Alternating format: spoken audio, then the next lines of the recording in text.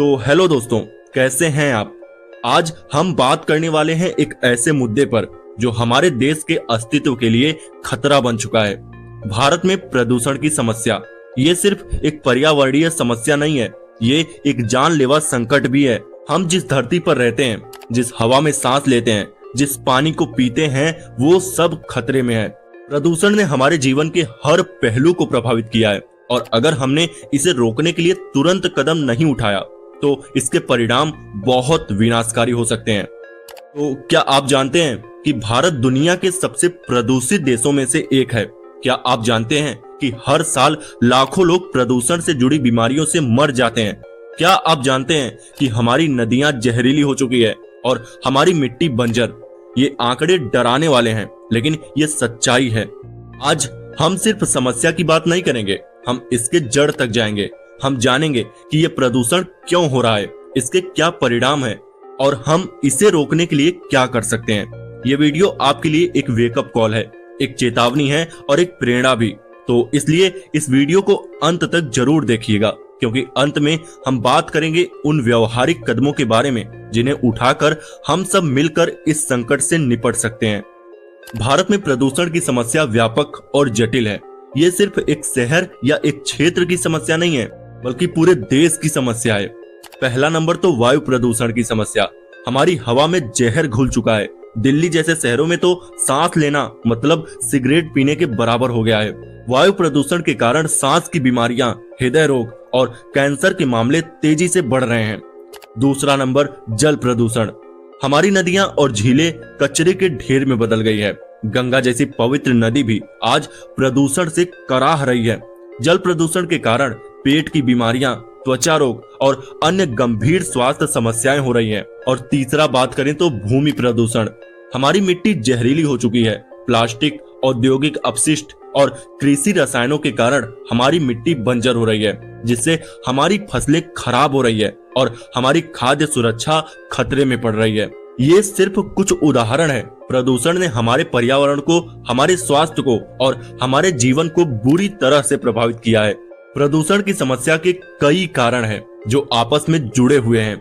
औद्योगिक विकास। भारत में तेजी से हो रहा औद्योगिक विकास प्रदूषण का एक बहुत बड़ा कारण है। कारखानों से निकलने वाले गंदे जल और अपशिष्ट हवा मिट्टी को प्रदूषित करते हैं। भारत की तेजी से बढ़ती जनसंख्या भी प्रदूषण का एक बहुत बड़ा कारण है। जनसंख्या बढ़ने से प्राकृतिक संसाधनों पर दबाव बढ़ता है और प्रदूषण की समस्या और गंभीर हो जाती है। शहरों में लोगों का आवागमन तेजी से बढ़ रहा है। शहरों में भीड़ भाड़, गाड़ियों की संख्या में वृद्धि और अपशिष्ट प्रबंधन की कमी के कारण प्रदूषण की समस्या और बढ़ जाती है। कृषि के क्षेत्र में रसायनों का अत्यधिक उपयोग, फसल जलाने की प्रथा और सिंचाई के अनुचित तरीके भी प्रदूषण का कारण बनते हैं। भारत में ऊर्जा का मुख्य स्रोत कोयला है। कोयला जलाने से वायु प्रदूषण होता है। सबसे बड़ा कारण तो ये है कि जागरूकता की कमी। लोगों में प्रदूषण के प्रति जागरूकता की कमी एक बहुत बड़ी समस्या है। लोग प्रदूषण के कारणों और परिणामों के बारे में नहीं जानते, इसलिए वो इसे रोकने के लिए कोई कदम ही नहीं उठाते।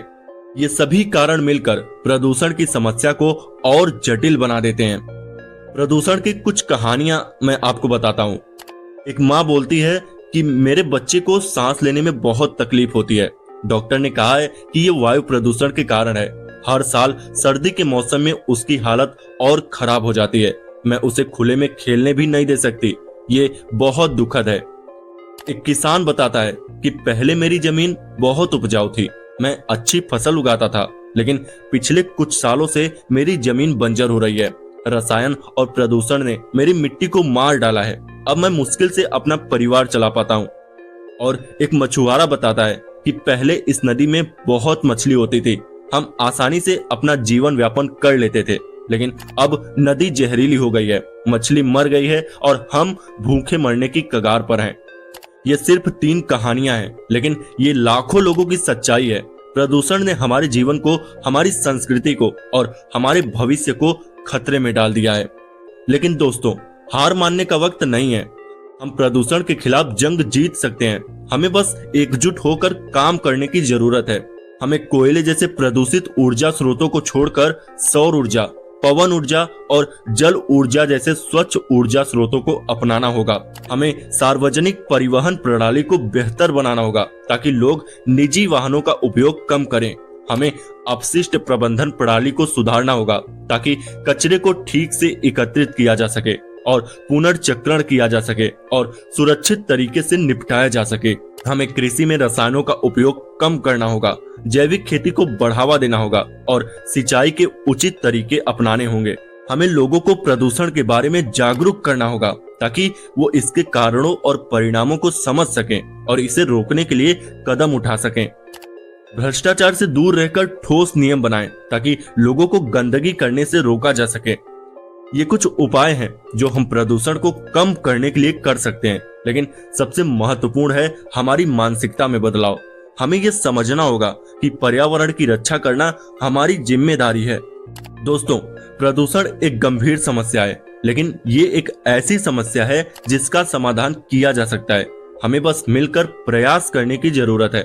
तो आज से ही संकल्प लें कि आप प्रदूषण को कम करने में अपना योगदान देंगे। अपने जीवन में छोटे छोटे बदलाव करें और अपने आसपास के लोगों को भी प्रेरित करें। याद रखिए, एक छोटा सा कदम भी बड़ा बदलाव ला सकता है। मिलकर हम एक स्वच्छ, स्वस्थ और समृद्ध भारत का निर्माण कर सकते हैं। आपको ये वीडियो कैसा लगा हमें कमेंट करके जरूर बताएं, और अगर आपको ये वीडियो पसंद आया हो तो चैनल को सब्सक्राइब और इस वीडियो को लाइक करना ना भूलें। तो चलिए मिलते हैं ऐसे ही किसी और वीडियो में। तब तक के लिए बाय।